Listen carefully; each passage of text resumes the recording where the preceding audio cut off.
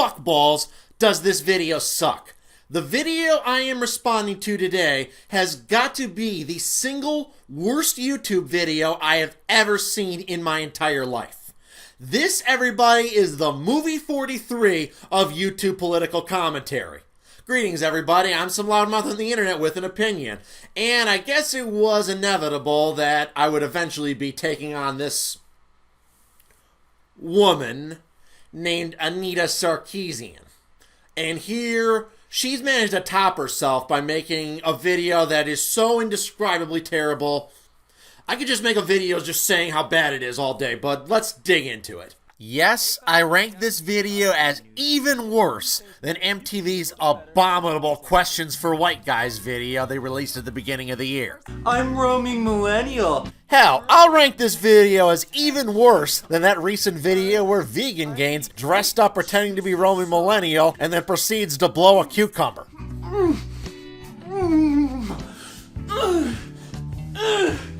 Yeah, that really happened. That dude's got some problems. If you're not familiar with Anita Sarkeesian, she's the owner of a YouTube channel named Feminist Frequency, where over the past few years, she's made a living making some truly horrendous videos purporting sexism in video games, often by grasping at straws in often ridiculous ways that many other YouTubers have pointed out. She's also the woman that was, I am not joking, given a platform before the United Nations just to whine that people said mean things to her on the internet. Target for 3 years nonstop of egregious online harassment in all levels. I think it's important to recognize that harassment is, as someone had mentioned, it's not just what is legal and illegal, right? Harassment is threats of violence, but it's also the day-to-day grind of you're a liar, you suck, you know, making all of these hate videos to attack us on a regular basis, and the mobs that come from those hate videos. That's right, people. We are dealing with somebody here who believes that she has the right to denigrate and degrade millions of people for the simple crime of playing video games, but that nobody else has the right to give her any kind of criticism for it. That is the kind of self-serving narcissist that we are dealing with here. From True Lies to American Sniper, from 24 to Call of Duty Modern Warfare, Western media is full of images of evil brown people who need to be wiped from the earth by noble, righteous white men heroically fighting for freedom and justice. Yeah, and Hollywood is also full of tens of thousands of movies that have white guys playing the bad guy, very often British guys. If I was a racist, regressive idiot like you, Miss Sarkeesian, I could use this and other movies like it as evidence that Hollywood has an implicit bias against white people. But I'm not going to make that case because I know, using a little thing called common sense, that actors are usually cast in their roles because they fit the part, not because anyone has an agenda against their entire race. And sure, it's so commonplace by this point that maybe you don't even bat an eye at old-fashioned American Islamophobia in our media.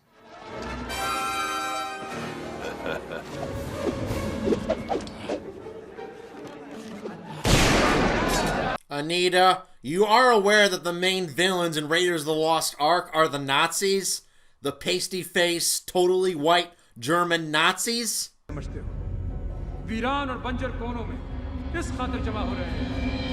Yet another movie where the main villain turned out to be Jeff Bridges, a white guy at the end. And this terrorist group is a fictional group called the Five Rings, named after the Five Rings of the Mandarin. Okay? It never once in this movie blames Islam for their terrorism.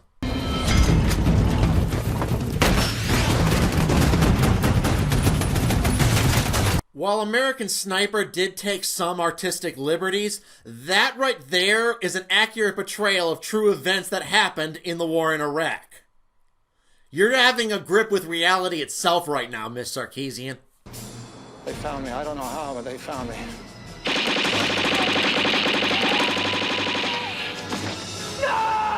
What?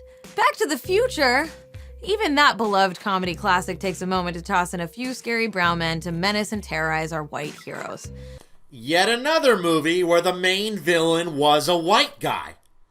Notice how nobody, and I mean nobody, argues the movie's racist against white people because it has a white villain, just as any movie with Arabic or black villains is not racist against Arabic or black people as a whole. It's just saying this character is a bad person. Unfortunately, we can't hop in Doc Brown's DeLorean and undo all the harmful representations of Muslims, Arabs, and Middle Easterners that have haunted our stories since, well, basically since the Crusades. Whereas in Middle Eastern media, they are so much more culturally sensitive. You know, like where they have cartoon characters teaching little children how to become terrorists and murder Jews.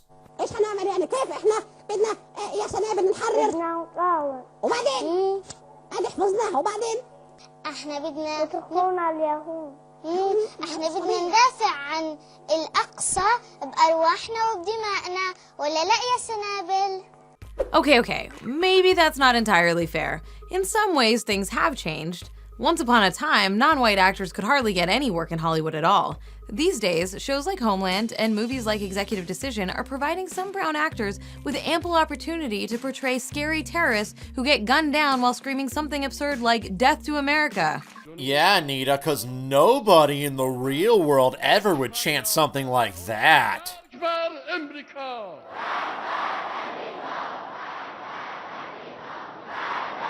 Now sure, not every Middle Eastern character in films is a villain.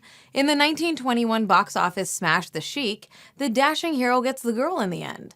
But the Arab world of the film is presented as exotic and dangerous, and the Sheik himself, the one good heroic Arab, is played by Italian-American heartthrob Rudolph Valentino.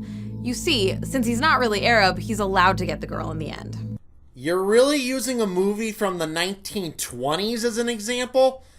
A movie that came out only a few years after Birth of a Nation is your example of why modern American Hollywood is racist? If you think this kind of racist coding to signify the difference between good Arabs and bad Arabs went away with the advent of talkies, think again. Have you ever noticed how in Disney's Aladdin, the good guy might as well be a tanned American surfer dude, but the bad guys look and sound a little more, Arab?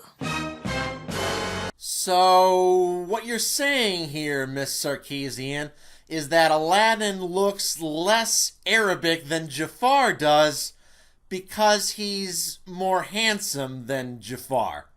You're saying that uglier looks more Arabic. Yeah, you're totally not the one being racist here, Miss Sarkeesian, are you? Of course, in reality, all the human characters in Aladdin are all Arabic. Aladdin and Jasmine are every bit as Arabic as Jafar is. There is no ethnic difference between them, and certainly no racist agenda in this movie. It is also sometimes given not-so-good Arab and South Asian roles to white actors too, denying brown people work and decent on-screen representations in one fell swoop. It's basically the world's worst catch-22. For example, take Mr. Habib, the scheming Middle Eastern villain in Father of the Bride Part 2, who's played by Eugene Levy. The Habibs would like to buy the house, George. It's exactly what they've been looking for. We've lived here 18 years. I don't know if we can get every... Those aren't even real words he's saying to his wife. It's just vaguely Middle Eastern sounding gibberish. It's a comedy! Comedies always rely on comedically stereotyping certain individuals and certain types of people. That has been the basis of comedy since as long as the art form has existed. Next thing, Anita, you'll be telling me that the Arab talk in Team America World Police is not real Arabic. Bagala, Muhammad Jihad. Bagala, Muhammad Jihad, La Durga Durga, Muhammad Jihad. There's nothing so pervasive and damaging as Hollywood's tendency to constantly portray vaguely Middle Eastern people as generic terrorists. It's so common that on screen, brown skin has practically become synonymous with bad guys who have little or no character development beyond hating America and freedom fries.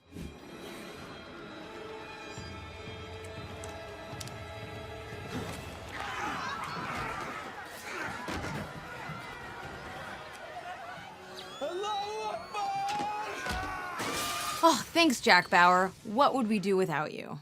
Yeah, Jack Bauer is a horrible racist to save all those people's lives on that train. It would have been so much more culturally sensitive to let that suicide bomber kill everybody there. First of all, we've done a lot of research on this, and as it turns out, words actually have meanings. Weird, right? You can't just lump Arabs and Muslims together because they're not the same thing. Arabs are a specific ethnic group, united by culture and language, and who primarily originate from Middle Eastern countries. A Muslim is someone who practices Islam, a religion with over 1.7 billion members spanning a vast number of ethnic and cultural identities. So, Nita, you invested and did hard-hitting research to determine that Arab and Muslim are not the same thing. Something that everybody who's not a blithering moron already knows. While we're at it, we should invest hard-hitting research and dollars proving that the moon is not made of cheese. The Muslim world actually comprises a multitude of groups that folks often forget, including Iranians, South Asians, North Africans, Indonesians, Black Americans. Islam is not confined to the Middle East, to olive-skinned people, or just people who speak Arabic. But despite the fact that Islam is a religion, not a race, it's vital for us to understand that Islamophobia is racism. If Islam is not a race, then by definition of words, Islamophobia cannot be racism. You said so yourself, words mean things. Well, here you are just twisting words around to mean whatever you want them to mean. If you've been paying attention this far, you might be asking yourself, if Islam isn't a race, then how can Islamophobia be racism? The answer lies in another ism, one many Westerners aren't particularly familiar with. That's Orientalism. In short, the term Orientalism refers to how, for hundreds of years, Western artistic and academic history has perpetuated an ignorant and prejudiced view of the East. A view rooted in the idea of Western culture as inherently more advanced and enlightened, and Eastern culture as inherently more ignorant, irrational, primitive, and often highly sexualized. First of all, Eastern culture is not any more of a race than Islam is, so even this doesn't perpetuate any notion that there's any relationship between Islamophobia and racism. And second of all, and even more importantly, anyone raised in a particular culture will naturally be ignorant and have misconceptions about a culture that's foreign to them. That's not just the case of Western cultures. Eastern cultures may also be ignorant of Western cultures. Eastern cultures may be ignorant of other Eastern cultures. For example, you look at all the dislike between Chinese and Japanese groups throughout history, despite many cultural and racial similarities. All right, this is a simplistic view of the world, Miss Sarkeesian. Again, Muslims come from many different races and span a myriad of cultural identities. In fact, the former president of the Islamic Society of North America is a white woman, Dr. Ingrid Mattson. But let's be real, nobody who spreads the hate of Islam is talking about white ladies. You just disproved your own point, Miss Sarkeesian. If the former president of the Islamic Society was a white woman, and people opposed to Islam still opposed her just as much as they would have if she was dark-skinned, then Islamophobia isn't racism. You just disproved your own point. Why did you bring this up? It isn't just film and television that perpetuates this kind of ignorance. Here's comedian Kumail Nanjiani on how video games often don't put in even the absolute bare minimum of effort or research when representing the Middle East, or South Asia for that matter, which is not the same thing as the Middle East. Okay, so the language you speak in Pakistan is Urdu. That's the name of the language you speak, Urdu. But all the street signs in Karachi and Call of Duty are in Arabic. Yeah, it's a completely different language. And I know it does not seem like a big deal. But this game took 3 years to make. If you look at it, the graphics are perfect. You can see individual hair on people's heads. When they run, they sweat. When they run, their shoelaces bounce. All they had to do was Google Pakistan language. It's a video game. People play video games to have fun. They don't play video games to have accurate languages on the walls. Nobody cares. The developers didn't bother Googling it because it wasn't relevant to the gameplay at all. So there's a conflation of Arab with Muslim. You're the only one conflating Arab with Muslim.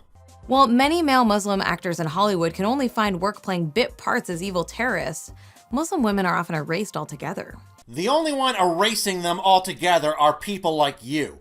People who ignore the frequent genital mutilations, honor killings, and other frequent human rights abuses that Muslim women face in the Muslim world every single day so that you can whine and complain about irrelevant BS like what writing is on the wall in a video game. Filmmakers and TV producers know how to objectify women, how to prize them for their physical attributes and their appearance. The stories we allow ourselves to tell about the Middle East don't allow for the same kind of easy objectification of these brown women's bodies, and so we resist including them at all. Beautiful Arabic women are objectified just as much as beautiful women of any other race. And this is a critique that could apply to almost all of your videos. There is absolutely nothing wrong with this. There is absolutely nothing wrong with these women using their beauty to obtain a profit or gain fame for themselves, nor is there anything wrong with straight males enjoying looking at a woman's body. That is a natural part of human sexuality. What's up, Anita? It's your favorite feminist Muslim Iranian American comedian calling. I was just thinking, how come in all the terroristy movies, you know, the ones where brown people are in, why are we always late to all of our terroristy adventures? Do you know what I'm talking about? They always have these brown dudes yelling, "Yalla, yalla, yalla." Yalla just means hurry up. It's like a thing you say when you want somebody to hurry up. Yalla, let's go. Yalla, kids, hop in the car so we could go to school and get in on some wicked adventures against Claire Danes and Homeland. This isn't funny! Oy, that was some of the worst comedy I have ever heard in my life. Obviously, if somebody's planning a terrorist attack, they would be telling their compadres to hurry along, because such an operation would naturally make the people involved nervous. That isn't a funny observation at all. It's an extremely obvious and really stupid one that isn't even slightly funny. We will reinforce old alliances and form new ones and unite the civilized world against radical Islamic terrorism. Recently, during the 2016 presidential campaign, Republican candidates tossed around the phrase radical Islamic terrorism as if it were some kind of magic spell they could use to make votes appear out of thin air. Well, it was one of the primary reasons why he won, so obviously it was. Radical Islamic terrorist, radical Islamic terrorism, radical Islamic terrorism. Radical Islamic terrorism. Islamic terrorist. Radical Islamic terrorism. Radical Islamic terrorism. Radical Islamic terrorism. President Obama, if you won't say it, I will. Radical Islam. The only reason tactics like these have any effect is that, to so many Americans, people in the Middle East have never been established as human beings with real lives, hopes, dreams, and struggles. Huh? How is calling radical Islamic terrorism, which is a serious problem that it kills tens of thousands of people every year, how does that dehumanize everyone in the Middle East? Does everyone in the Middle East participate in these attacks? No, they don't. So it wouldn't dehumanize them at all. When almost every story you've ever seen about a particular part of the world paints the people who live there as monolithic, evil, and scary, you're a lot more likely to believe that it's actually true. The reason why the news media portrays that is because the vast majority of terrorist attacks are indeed done by radical Islamic terrorists. This is just people reporting the news. When people believe it's true, they aren't just more likely to support politicians and policies that appeal to fear and ignorance about the Middle East, they're also more likely to act on that fear and ignorance themselves. The Southern Poverty Law Center notes that the number of anti-Muslim hate groups tripled in the United States in 2016. The American Arab Anti-Discrimination Committee noted the same increase after the release of patriotic fever dream American Sniper. 2016 also saw a 67% increase in anti-Muslim hate crimes, and there's no question that Trump's racist, fear-mongering rhetoric has played a part in this surge of xenophobia and violence. Possibly that may be true, but most of these acts are simple acts of vandalism that didn't result in any civilian deaths. Compare that to the tens of thousands of people who die every year in Islamic terror attacks. Which do you think should take priority, Miss Sarkeesian? Of course, Trump doesn't stop with rhetoric himself. Within the first 100 days of his presidency, he has repeatedly tried to push through bans preventing the citizens of several Muslim-majority countries from entering the United States. He dropped the U.S. military's most powerful non-nuclear bomb on Afghanistan. You mean that bomb that was dropped on an ISIS terrorist training camp and resulted in 0 civilian casualties? What a monster! And he fired 59 Tomahawk missiles at, I don't know, some Middle Eastern country while eating the most beautiful piece of chocolate cake. I was sitting at the table. We had finished dinner. We're now having dessert. And we had the most beautiful piece of chocolate cake that you've ever seen. And we've just launched 59 missiles heading to Iraq. You re-edited that footage. Did you not notice that clear blur in the middle where you clearly edited together two different conversations? Is he evil for eating cake while president? Well, you headed to Syria. Yes, heading toward Syria. Iraq, Syria, what's the difference? It was just one of those countries that the evil, scary brown people live in. Now, let me first say, I absolutely strongly oppose Trump's missile strikes on Syria, as I believe they inadvertently aided ISIS by damaging an enemy of ISIS, the Bashar Assad regime. But to say it was just him randomly launching missiles at countries with scary brown people is ridiculous. It was a strike in direct response to his use of chemical weapons on civilians. On brown civilians.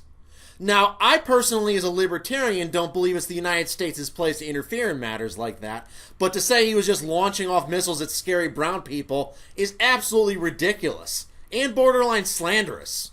Now, I can already hear the army of Richard Dawkins parroting anti-feminist Twitter users typing up their responses about how Islam is a religion dedicated to oppressing women.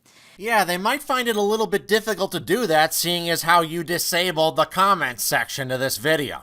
It's amazing how suddenly everyone's a feminist when it lets them perpetuate hate against brown people or dismiss concerns about how women are oppressed in their own culture. So let's be clear. Misogyny is not a problem with Islam. Misogyny is a problem that some cultures, which happen to be Muslim, use the religion to perpetuate and justify. If there's no misogyny in Islam, then how is Islam being used by so many cultures to perpetuate misogyny? That makes absolutely no sense. And the idea that cultures are somehow separate from the religion that dominate those cultures is too idiotic for words. Christianity has been used as a tool to oppress women around the world for millennia. It's specifically because our media perpetually equates Islam, a religion followed by nearly a quarter of the world's population. You hear that all the time from Islamic apologists. Islam can't be bad because there's so many Muslims in the world. There's so many billions of them. How is that relevant?